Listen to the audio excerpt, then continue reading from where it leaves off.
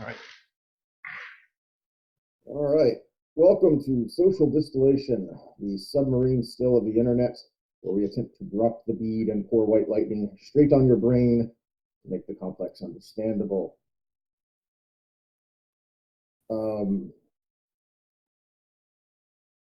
What we're going to discuss today is, sadly, the First Amendment and why it exists and why it's important. And do you really have freedom of speech? Should you have freedom of speech?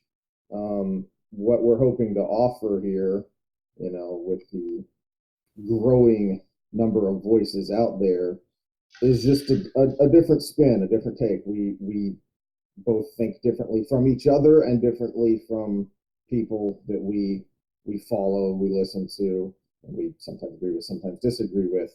So what we're hoping is that will break through to some people who don't really get an issue or are kind of on the fence about how they feel about something, and that hopefully we can phrase things in a way that make them make sense, especially with how messy things have gotten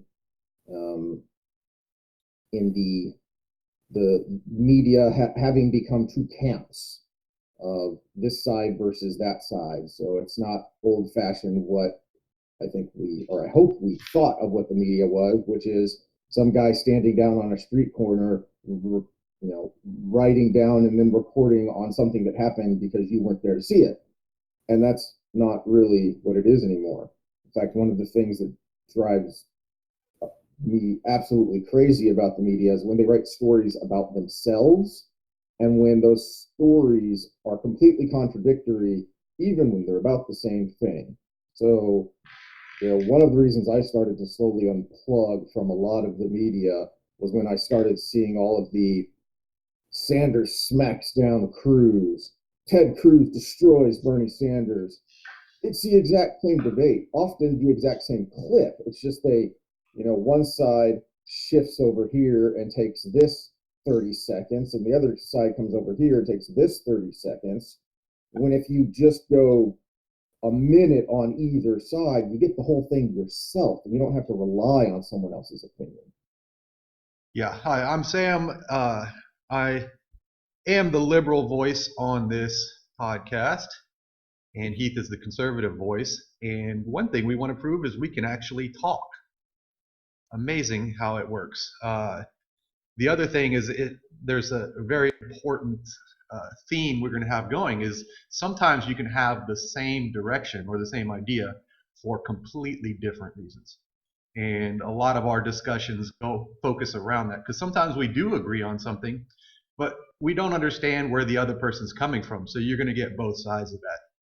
And we're gonna hammer on the theme that this country should have one direction, and liberals and conservatives, because they have completely different brains, should be working together more like a married couple, as much bickering as there could be, but at the same time moving towards the same direction, and not getting a divorce or beating on each other or silencing each other or basically abusing each other.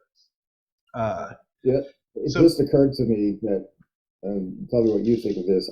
I think the reason that you're the liberal voice, I'm the conservative voice, and we get along and we can have discussions is because those terms, to neither of us, mean politics, which is team sports, which is I win, you lose. Mm-hmm. It's the difference between liberal and conservative versus Democrat and Republican. Exactly, because to us, those terms are not politics; they're philosophy and psychology. It's our philosophical view of the world, and the psychology part is one of the reasons we lean that way philosophically is because we think differently. Yes, and I'm going to say ahead at the beginning of this that there's going to be a lot of things we touch on today that are going to be deeper discussions later. So if there's something that we don't really go into too deeply, well, there's only so much time. We're going to try to keep this to about an hour, and there's so much to talk about when it comes to all this stuff. I chose the name social distillation, not only because it kind of was a little bit along the lines of social distancing or one of my favorite bands, Social Distortion. But at the same time, I hobby distill, and distilling is a process where you're taking a mess of just mash that's been brewing and separating out what you want, which is the alcohol. And it's not exceptionally complicated process, but at the same time, it takes a lot of attention to detail because you gotta add a little heat. And we're gonna talk about some topics that are heated debates. But the problem is, if you get too heated, you get a bad product. And so if you add too much heat, you just end up getting the same thing out the other side as you put in the distillation pot. So, and that's what we're getting with the two tribes right now, is we're getting too much heat. One person says one thing that's slightly different than the other person likes, and all of a sudden they're a fascist. And the other side says something against that, and they're a commie. And we just roll down the hill from there. So Which the is first, why I think the mash is a good analogy, because for anyone who's never been around distilling, mash stinks. I uh, mean, it's for the most part, moonshine mash does stink. Whiskey mash does stink, but I made a uh, a mash that was all the old frozen fruit that had been sitting in our freezer for years and years and years and was freezer burned. I said, you know what? I'm just gonna heat this up, boil it up, add some yeast, and see what happens. And it yeah. smelled delicious before I distilled it, and it was delicious after. So it made a nice little schnapps. Well, but the reason I like the moonshine analogy is not only because I'm a redneck at heart, but because if you good moonshine is basically odorless and almost tasteless. I Mm-hmm. mean, it is pure, and it came from something that looked like it came from the south end of a northbound cow. Well, this analogy is great because the mash is like that mess of information we have on the internet and with the news. And the first part of distilling your mash is actually cutting the methanol, because the methanol will kill you or make you go blind. So that's the first part. And you add just a little bit of heat to get that out because it's the first thing to boil. And then you just completely throw that out. So that's the first part of the process is getting rid of the complete and total poison. And that, when we talk about the fight between the mainstream media and what I call the counter media, we're getting a lot of poison coming through. The second part is you get it just the right heat, you start getting a really pure product come out. So something about 140, 150 proof coming out without a lot of the little extra things that are in that mash. Uh, that's not to say you want a completely pure product, because that would be boring. So you also get some of the flavors depending on what mash you made. That's why there's different types of spirits. So you want to find the heat that gets you the best product with the right flavor. So some of that stuff you do want to come through. But the other part of it is, if you get it a little bit wrong, it's a process that you can take a step back, refill your pot with what you put out, and say, you know what, I need to start from the beginning again. And you can redistill it to get a more pure product. So depending on what we're talking about, depends on how slowly you want to boil that. If we're talking about news and information, you probably want as pure a product as you can get. And 150 proof versus full 200 proof, because sometimes people get something wrong. Your opinion is only as good as the information you have. But when we talk about the news, and we're gonna really hammer down on that, you want as pure a product as you can. We talk about humor, but you know what? You can have a lot of stuff in there. You want as much flavor as you can, but you don't want too much in there, because that's when you get the headache, you get the hangover. So there's a balance between the purity and the flavor. Uh, but what we have now is no cutting at all. They're just turning up the heat and letting it come out the other side, and people are drinking it. Uh, I think that leads Well, that's straight. that's why I like your description of media versus counter media, because it's not the mainstream media, it's not the conservative media. They have become team camps fighting against each other and trying to, uh, frankly, manipulate people to draw them onto their side. Partly, I think, at least for some of them, for philosophical reasons, but a lot of it is just straight cash, homie. It's all about money and power.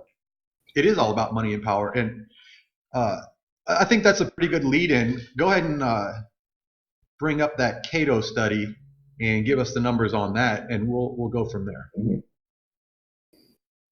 Okay, this is this is the thing I saw that sparked today's discussion and my realization that before we can go forward having any discussions on anything, sadly, we have to assert that we have a right to discuss, which is supposed to be guaranteed in the First Amendment and has long been one of the hallmarks of the not just the American system of government, but the American culture, and that is rapidly disappearing.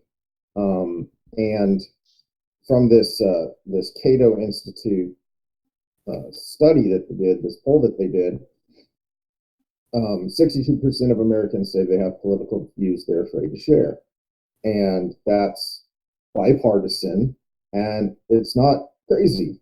I mean, we have a term now, cancel culture, and we have a lot of people who think who they may complain about cancel culture, but they don't mean it in a principled way. They mean it in, I don't want to be canceled and I don't want my team to be canceled.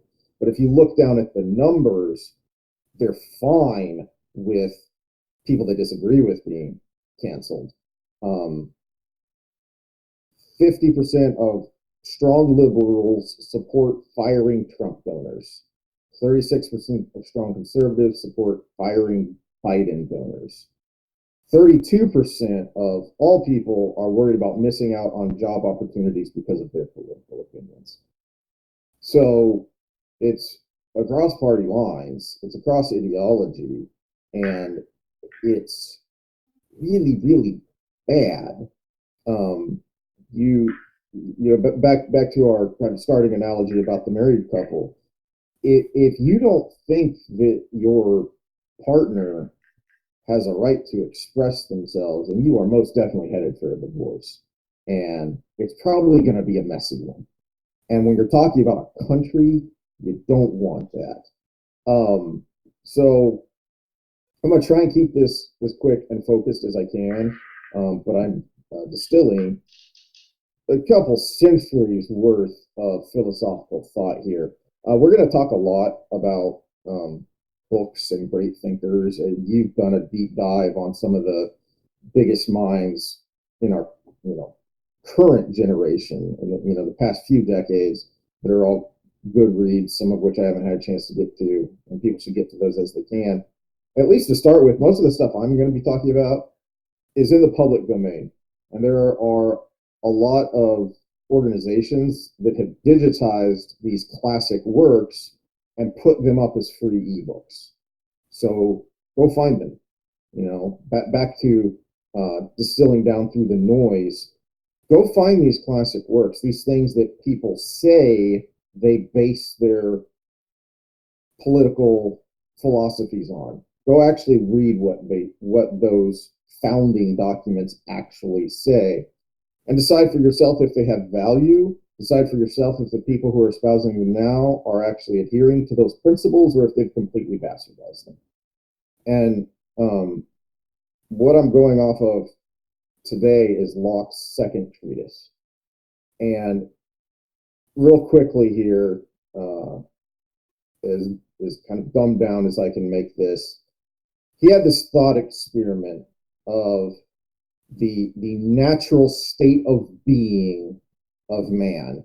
And so imagine that we drop Sam in the middle of the wilderness. It's just in the middle of the wilderness all by himself.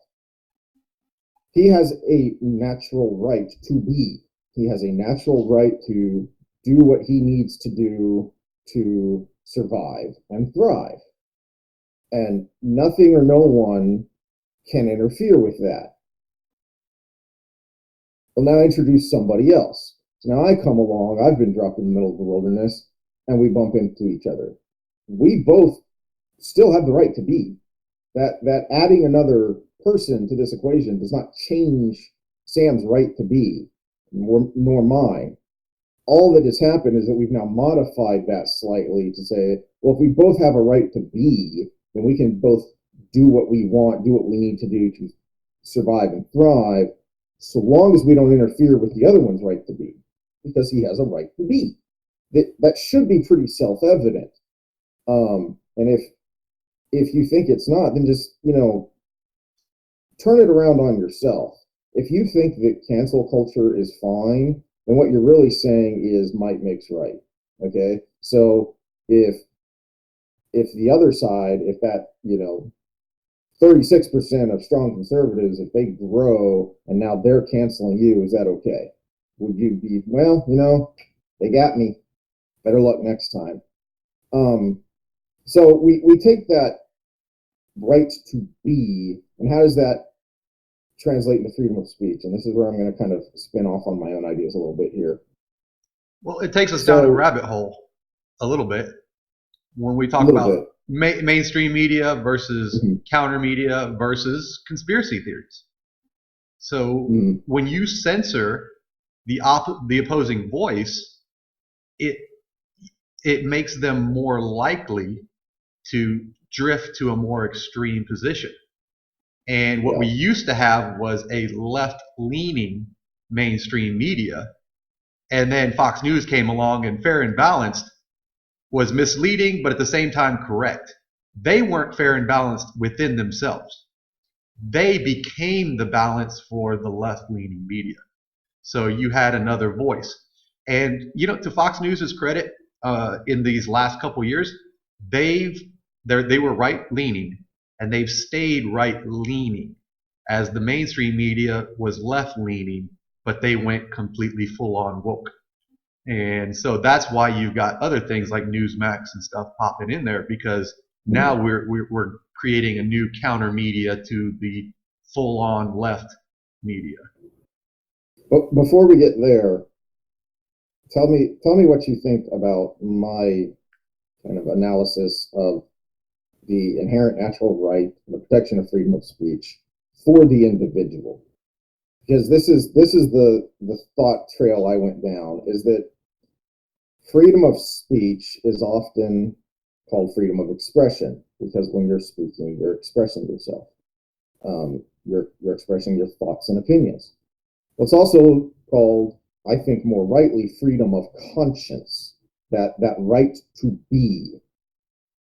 Well, ultimately, when you talk about conscience, I think practically speaking, and even philosophically speaking, what that boils down to is the right to say no. So back to our natural state of being in the wilderness, Sam has a right to be, but I really don't want to go gather my own firewood. So I demand that he does it. No, I don't wanna. That is his inherent right. No, I'm not going to do what you say because I don't want to. I don't think it's right. I don't think you have the power or authority to demand that I do a thing. So if you take away an individual's inherent right to speak and express their conscience, you have taken away their right to say no. Well, You we can can say demand this that they do it. we can say this in a lot less words. When you, like you said, the key word is expression, and there's different ways of expressing yourself. And if you and I have a disagreement and it's really heated, we can argue back and forth all day, but we're kind of pretty nonviolent, passive people, so it will never come to blows. But the minute you say, shut up, and you try to enforce that, is the minute you get punched in the face. Because my only expression after that is to either walk away or become violent. And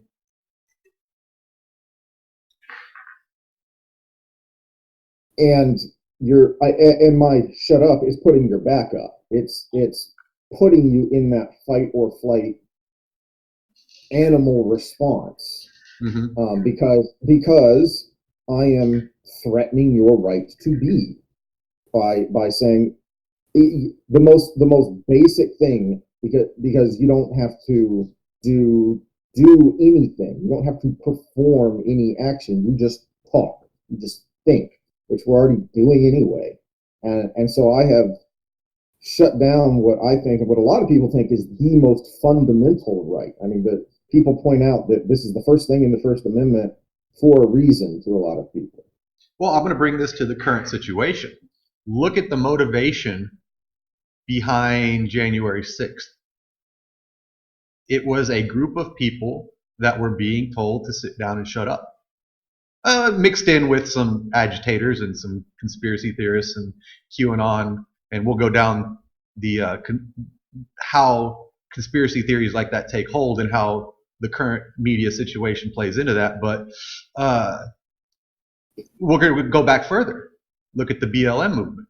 What is one of their major motivators for getting people out in the streets? Is make your voice heard. We're going to tell you this. You have this story that is presented to you. Make your voice heard. And that's what gets all the good people out in the streets.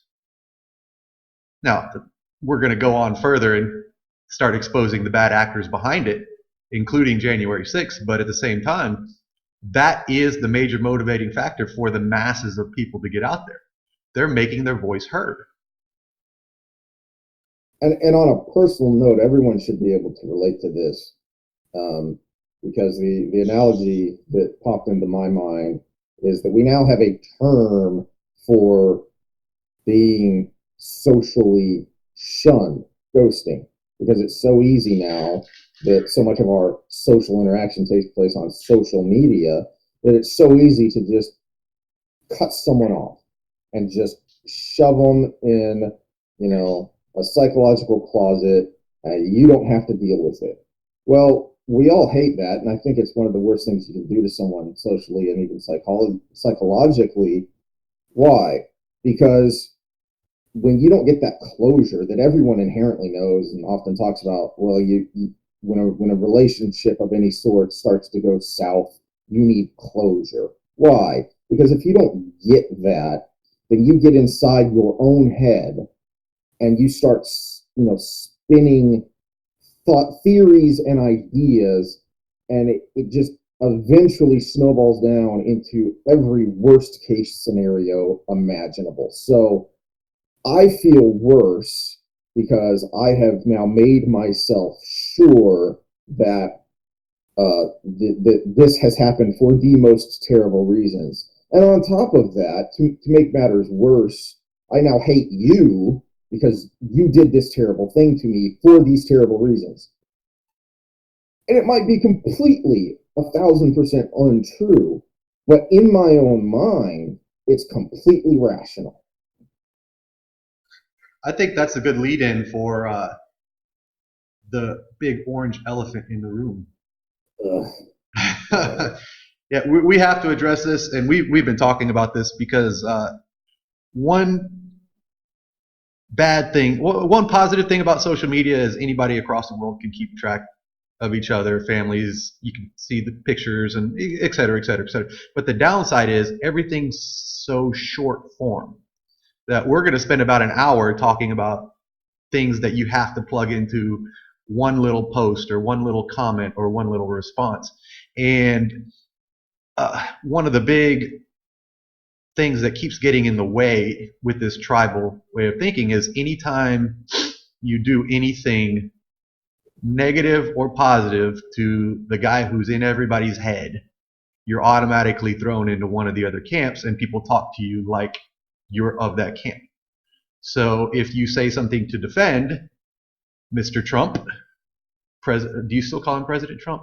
Former President Trump? I mean, technically, I think in certain formal situations, you're supposed to refer to a former president as president.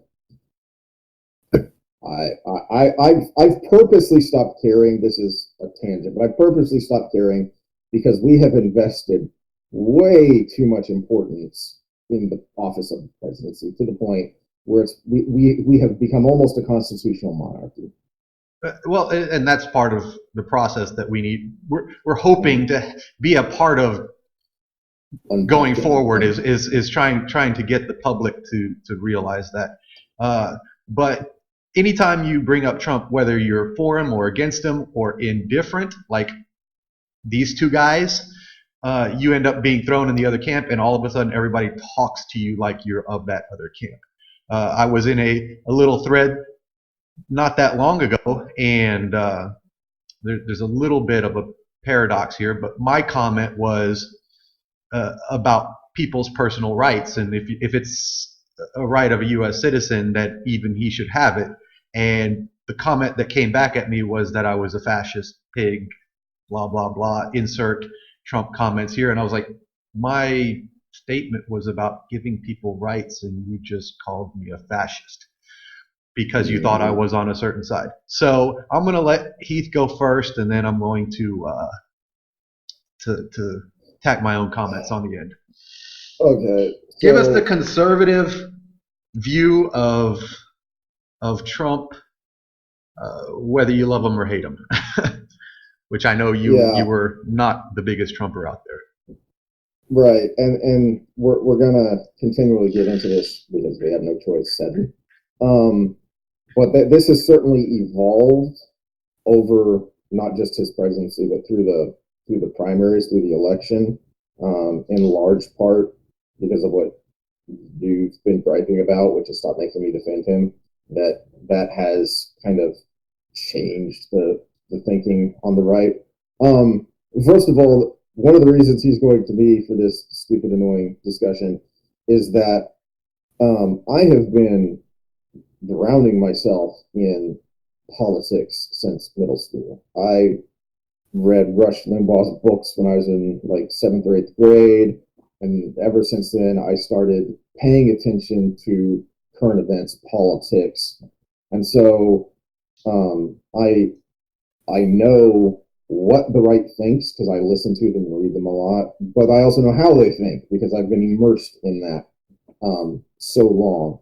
And I think if we're going to try and keep this brief to begin with as much as possible, I think we have to start at the beginning because there's a great juxtaposition here for why people, those few of us who are kind of in the middle and not playing team sports, get driven crazy. You go all the way back to he's coming down that golden escalator and making his announcement. Immediately, the narrative was created that he said all Mexicans are rapists and murderers. All right. Well, one of the things I hope to bring to our discussions here is that I am not an academic, but I call myself a historian, even though I did not finish my graduate degrees, because here's the difference between a historian and a history buff or a history teacher. If you just kind of want general knowledge on a topic, I want to know about Abraham Lincoln, so I go and I read some biographies on Abraham Lincoln and see what other people have said about him. All right, well, if you want to get serious and take it on from a historian's point of view, then that's just your starting point. And then you go to the man himself. You go get his speeches. You go find his letters. You dig up the newspapers of the time and see what other people were saying about him. And then you formulate your own opinion based on the direct evidence. All right. So much of the perspective on you being a racist fascist for just simply pointing out, hey, even this guy you hate has the rights of an American citizen. So much of it started from there, and just all right. If you firmly believe that, then go back and look at it and prove yourself right. Watch the whole clip, not just the 30 seconds that supposedly proves that all Mexicans are rapists and murderers. Watch the whole clip. Read the transcript. Decide for yourself. Is that really what he said? Or does he just have an annoyingly unclear way of talking? But I think any fair reading of what he said there, it's obvious he wasn't talking about all Mexicans are rapists and murderers. He was making a point on why he and his campaign were going to focus on border security because a lot of rapists and murderers from Mexico are coming over the border. However, now to tick off the other side of the aisle, wearing the other jersey, it's also true that he added fuel to the fire. I mean, it's hard to remember that far back because so much craziness. Everything that happens every day is the most serious thing and worst thing that has ever happened, and we all have to put 100% of our attention on that. But remember, he was being sued in civil court over business practices, and which isn't a big deal because it happens all the time. And then he made a comment that the judge in the case should recuse himself because he wouldn't be able to judge fairly because he was Mexican. You can't, people who like Trump and support Trump, you can't criticize someone who thinks that's a terrible statement because it is. He's adding fuel to that fire, that narrative that has been created. And what drives us both crazy is the truth should matter. You should be able to point out both things and formulate your opinion, what you think about him based on both things. Don't just focus in on one thing and shout about that. It's both of them. Both of them make the man. And I think the best analysis of Trump's campaign came from a journalist named Selena Zito, and she's one of the few real journalists left who actually goes out there and talks to people, doesn't just report on what other people in the media are saying. She talked to a lot of Trump supporters in 2015 and 2016, and she wrote a book about the campaign. And the line that she had that I thought was brilliant is that his supporters took him seriously, but not literally. His detractors took him literally, but not seriously. And I think that's what we get into when you start shouting, stop making me defend this guy, because people are taking him literally, but they don't think he's a serious character. Yeah, and I'm going to start by repeating what you just said, lefty friends, because I'm about 50-50 in my social groups.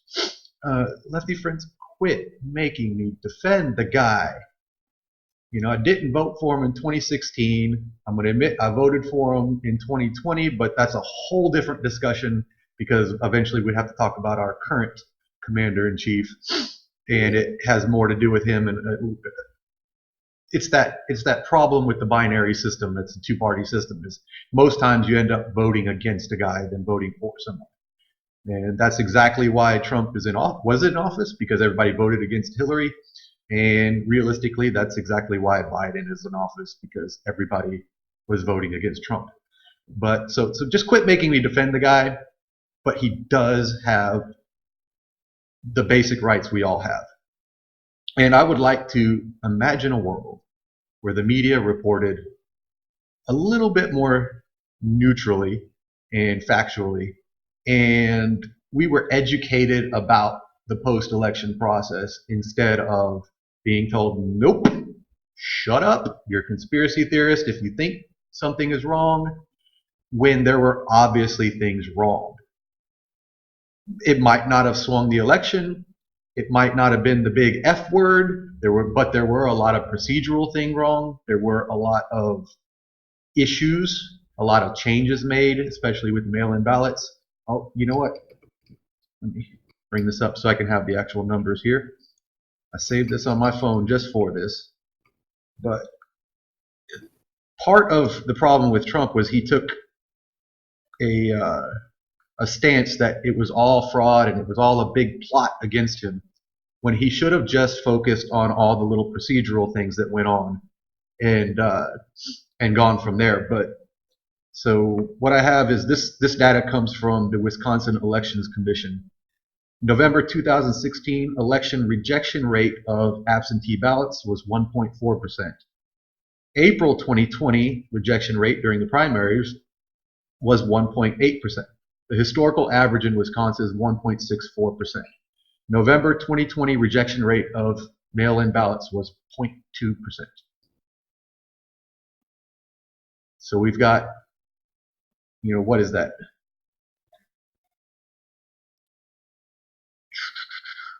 20%, about 85% difference in that election versus every other election in history. So it's those are the things he should have focused on. Trying to get re-audits to do signature matches, because the same thing was in Georgia. They wouldn't do signature matches on the ballots, and instead of Dominion voting machines or this or that or the other, this crazy plot had been like, well, this state didn't follow their normal procedure. Let's Right. make them follow their normal procedure. That's just one data point. You're not a crazy person if you raise your hand and say, hold on, that's a little hinky. Can we look at this? And that's back to that team sports media versus counter media narrative of just shouting at each other and everything becoming a false choice between the two. It's either Trump was totally cheated, they stole this election, or there was absolutely no fraud. American elections are the most awesome in the world. When both sides have been on the other side of that issue, and it's not hard to find it. Just it made me think of something because this post-election whirlwind has been so insane. The left was on the other side of this in August, September. And I just did a quick Google search and I found one of the articles that I remembered, and there's a bunch of them if you just do a quick Google search on this. But there were Democratic groups and left-leaning media warning that Trump may appear to have won in a landslide. This is the headline from what I'm looking at is Axios here. On their site. If you just do a quick search of Trump may appear to have won on election night, you'll get a bunch of articles of basically Democrats and left-leaning people say it may appear that he's won in a landslide on election day, but let's not go crazy. When he starts declaring victory, we have to wait for the full count to come in. It's going to take time to count all of these mail-in votes and absentee votes. We're going to have recounts because it's probably going to be a close election. Everybody calm down and let the process play out. And then what happens on election night when, the opposite is true? Now, the next morning after the counting has been going by, it looks like Biden won. Never mind. It's over. Everything is over. You're not even trying to be honest at that point. Let's get back to this, because let me finish my Orange Man analysis, yes. And because it kind of goes in a different direction, but this is where it ultimately leads, is this discussion. So one of the biggest failures in this whole process, and we can go back to January 6th as kind of the culmination of it, is whether he knew or not, that would be speculation. So I'm just going to go by what we know as facts, is he did not address the QAnon conspiracy seriously enough. Whether he did it on purpose or by accident, we would have to speculate because we don't know his mind and we don't have communication on that. But they, as a group, put him as their savior. Their Lord and Savior, Jesus Christ, Donald Trump, was going to expose all the pedophiles and bloodsuckers that are the establishment, the Clintons, the Obamas, and everything. And that was the day of reckoning. They didn't hide it. It was there. That was in their stuff. That was how they got people fired up. Now, luckily, apparently it didn't get a whole lot of people fired up, because as insurrections go in history, that was pretty pathetic. But that's just one guy's opinion. But this was going on, and this has been going on since Trump was the figure that came on the scene, because he was outside of the establishment. He was the first president that wasn't a politician or general, which is basically a politician in the military. So he was the first one truly, truly, truly from the outside. And so they put him in that spot. He was their man, and he was going to be their savior. And he didn't do it. But that was their moment. And so he should have been on top of that. He should have disavowed them. He acted like he didn't even know who they were when he was asked about them. And he should have. I would give the benefit of the doubt there, because I had no clue either when that came out. I was like, what, who, what? I'm still not entirely sure what they are, because they're so. Oh, this is a failure on the conservative side too. This is a failure on the Republican conservative side, because this is a deeper discussion. I think this could be a whole hour on itself, but there is a fringe on either side. And why I left the left personally is because the left has embraced their fringe. And the right doesn't take their fringe seriously enough. And worryingly, some are on the verge of embracing theirs. Yeah. And if you have not even necessarily, if you have a 1%, not even necessarily because they believe in it either, because one of the reasons the left embraced their fringe was, to some, they did it very cynically, because it gave them cultural and political power. And I worry that the right's on the verge of doing the same thing. Well, it's also a different strategy too.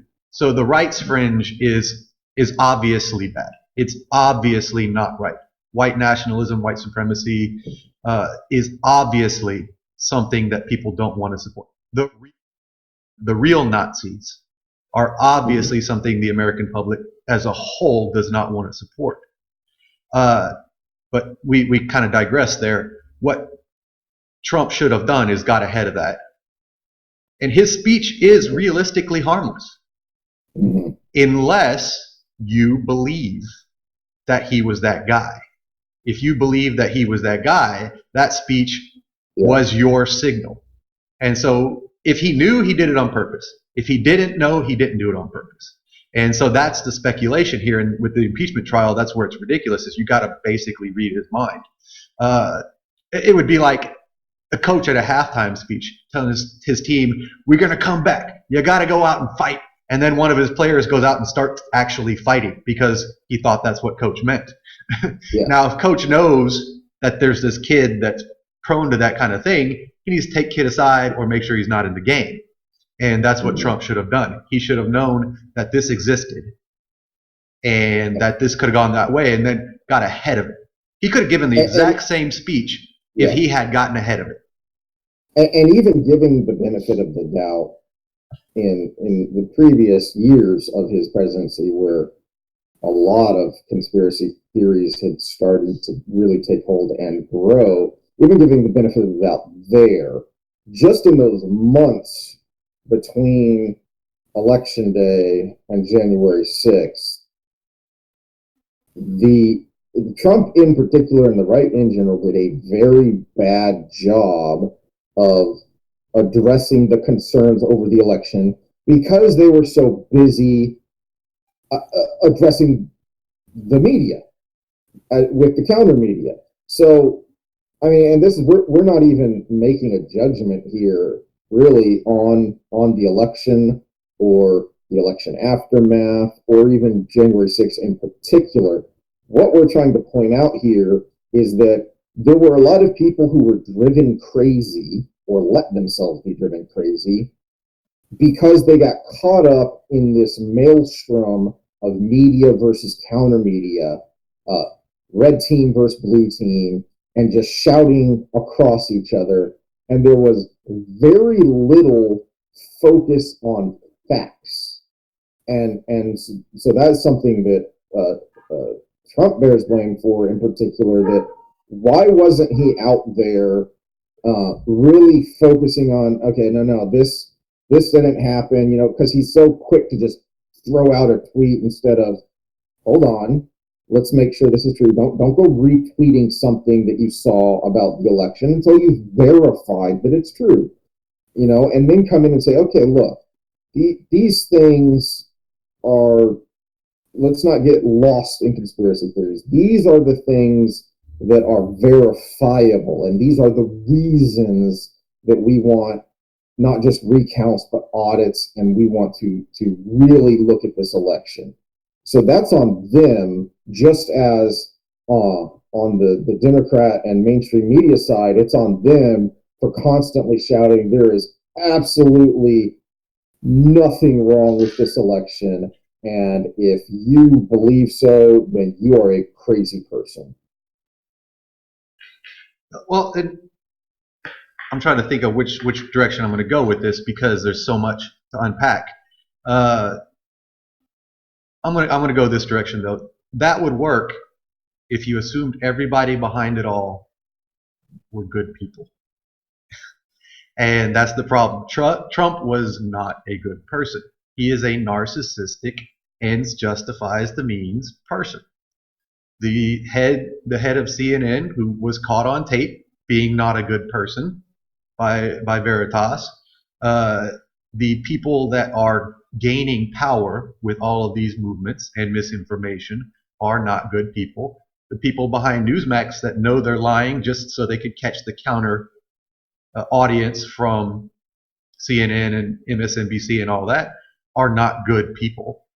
The heads of Black Lives Matter that have a political agenda attached to, in my opinion, and I'm going to back that opinion up over the course of time, exploiting Black America to gain power and gain their political position. Yeah, I think that in particular is a good example because BLM. Because when we say this, we're not talking about BLM, the idea or the slogan, but we're talking about BLM Inc.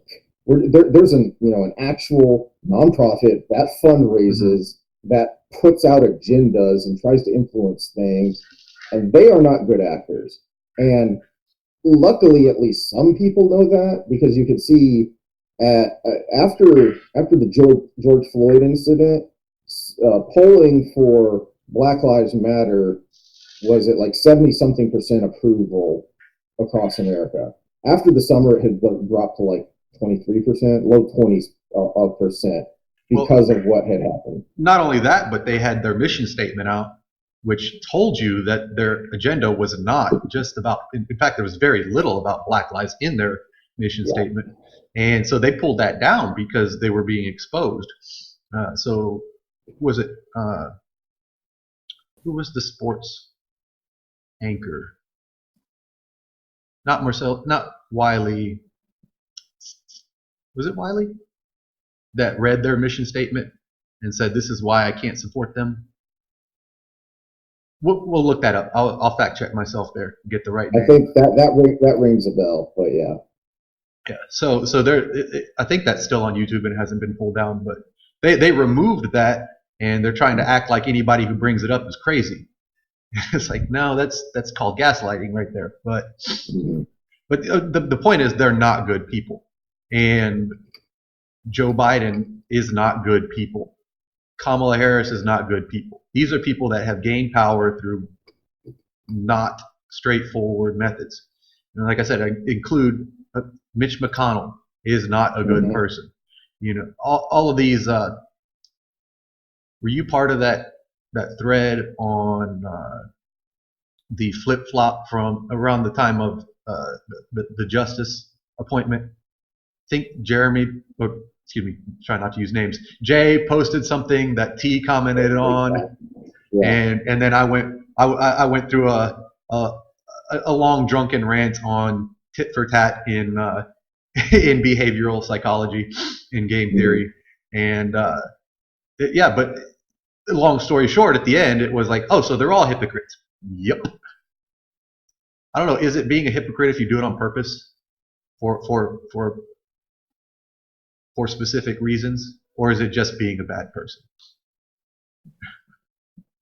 And I think it's important to point out, and what we're leading into here is kind of a tease for what we're going to do next time, which are the tools, where these people come from philosophically, and the tools that they use to manipulate us in order to grab and hold power, because that's what lets them do what they want and live the way they live. And that tool is being used to turn American society into, uh, frankly, something that is un-American. I mean that very literally. That if you look at, think of any country you want that you think is a basket case. I'm not going to cite something in particular here because it will trigger people one way or another. So just think of countries that you think of as a basket case, a country where there is always turmoil, when it comes to elections. Why? Because in those countries, political power is literally life and death. Well, that is how we've avoided the insanity of those places for the most part.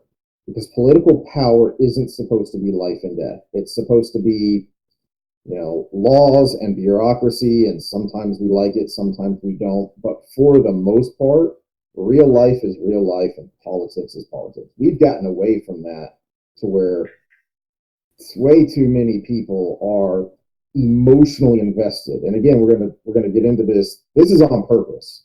There's a tool to make you emotionally invested in these things so that you can be drawn into one of these camps to fight against each other, fight the other side. And that has now, we've seen, grown into literally fighting, not figuratively fighting in the political arena, the arena of ideas. Well, and I think that goes back. We're going back to the start of all this. Is the difference between the liberal and conservative mind is significant. There are brain structure differences between the two, and it's been very well studied. Uh, and of course, everything with the human body is kind of on a spectrum.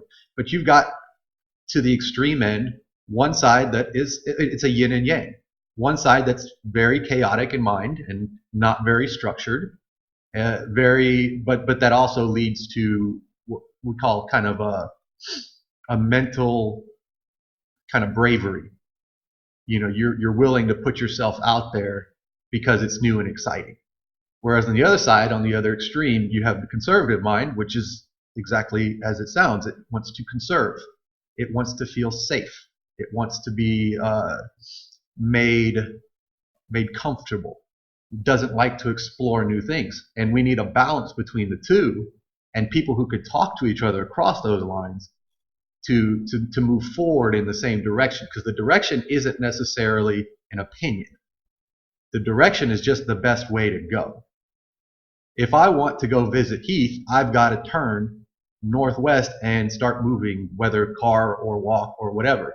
How I decide to get there can be different, but I gotta still go northwest. Did I say northeast before? Northwest, because he's up north of Dallas and I'm down south of Houston. So I still have to go the same direction. My choice of transportation can be my own. And so you can have the same direction, but at the same time, different opinions along the way. And my favorite illustration of this is the entertainment industry.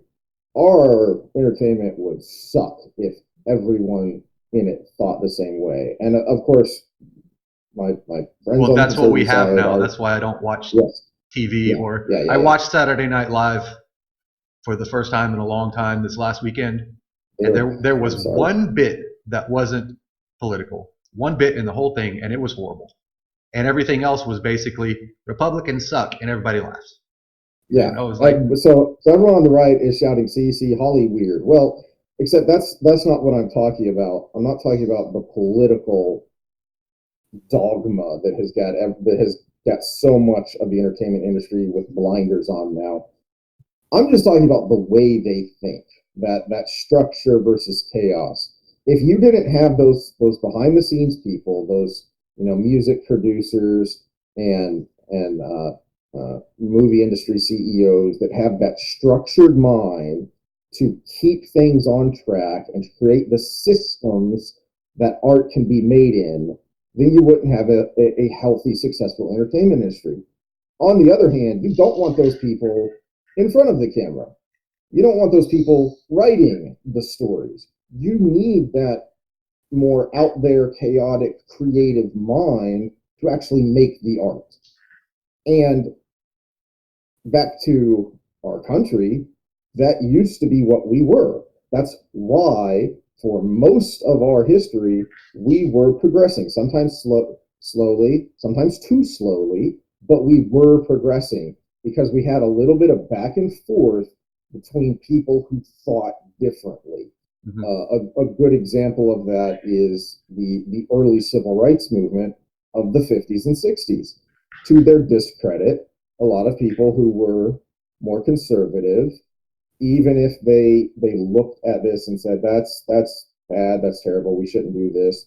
There were a lot of people who legitimately thought, but let's not rock the boat too much. We don't want social disruption. We'll just keep things are getting better. We'll keep moving along. But in order to take that big step that was needed, you needed someone like Martin Luther King to come along, not only with that creative mind, but with that understanding of how other people thought to communicate to them and say, no, no, these founding documents that we all believe in, we might look at them a little differently, we might apply them a little differently, but we all believe in these founding documents, and these founding documents are a promissory note on our best selves. These were created in a unique and generic enough way to not lock us into a particular way of being. And we need to make good on that promissory note so that we can take that next big step forward in civil rights and continue to move together as a country,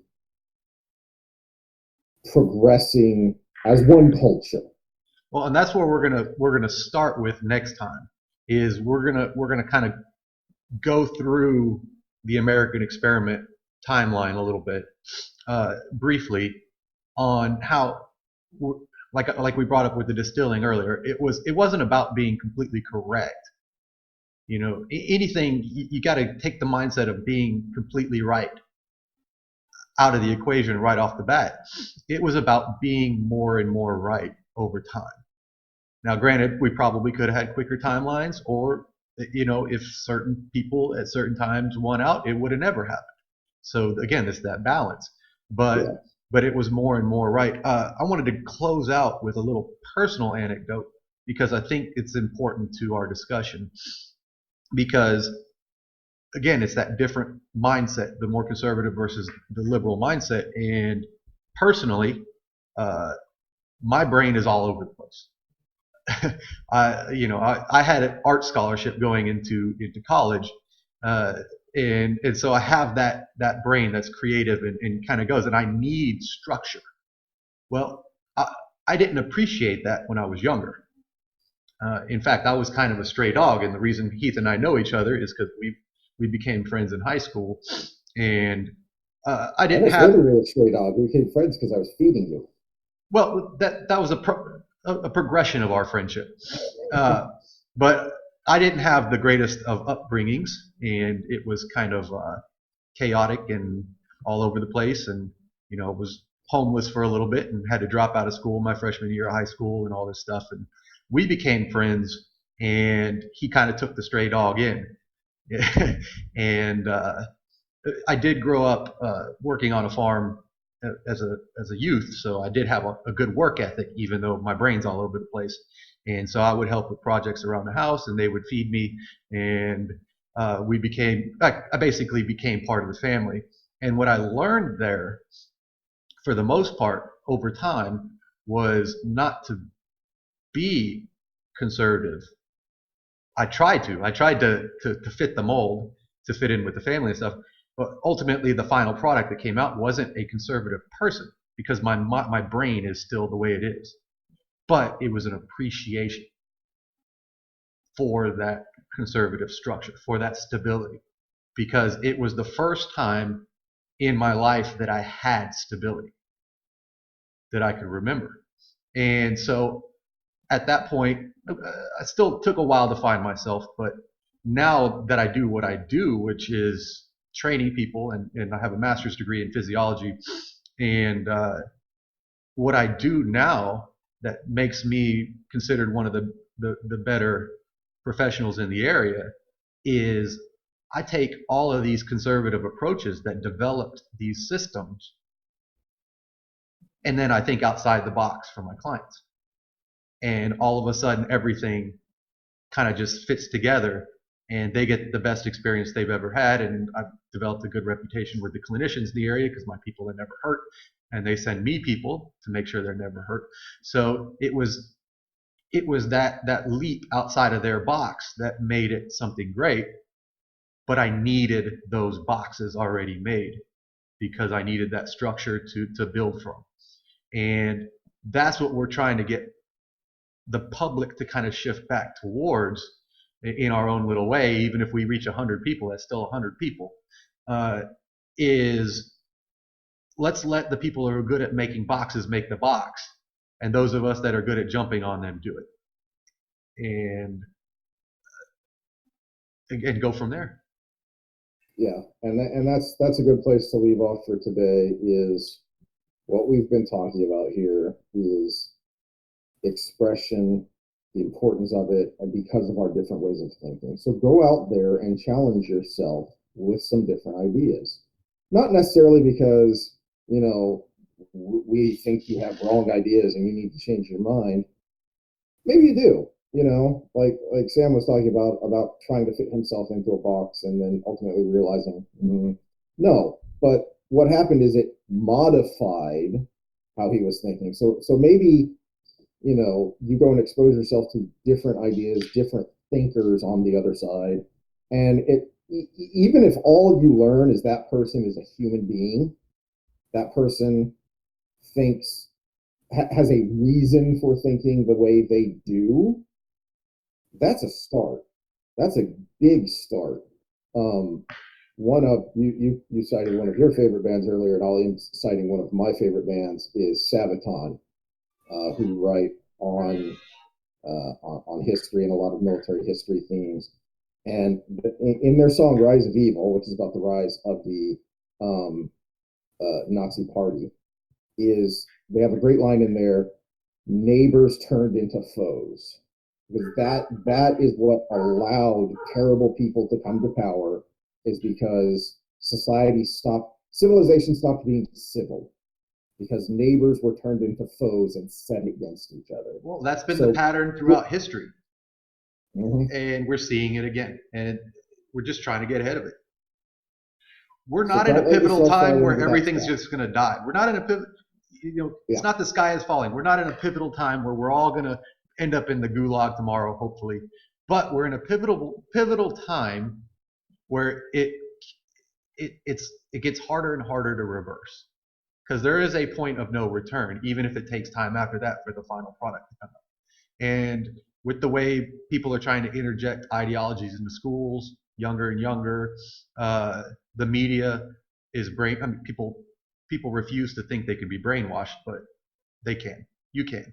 Uh, we'll actually go into the science on that. I think that would be a good thing to add to the postmodern discussion. Mm-hmm. But the science behind brainwashing and hypnosis and stuff like that, people think they can't be manipulated, but it's not hard to be manipulated, especially when you have control of everybody's feedback loops. So it's exactly how these things have happened in the past. We're trying to get ahead of that. Next time we're gonna give a brief description of postmodernism, critical theories, and how they play into it, and why it's important for the day and age we're in, at least for the last 10 years. So, anything you want to add to that? No, bugger off and go do something useful with your life, people. Yeah, go talk to somebody who you disagree with respectfully and see how that works. It's amazing. All right, Heath. Talk to you next time. Adios.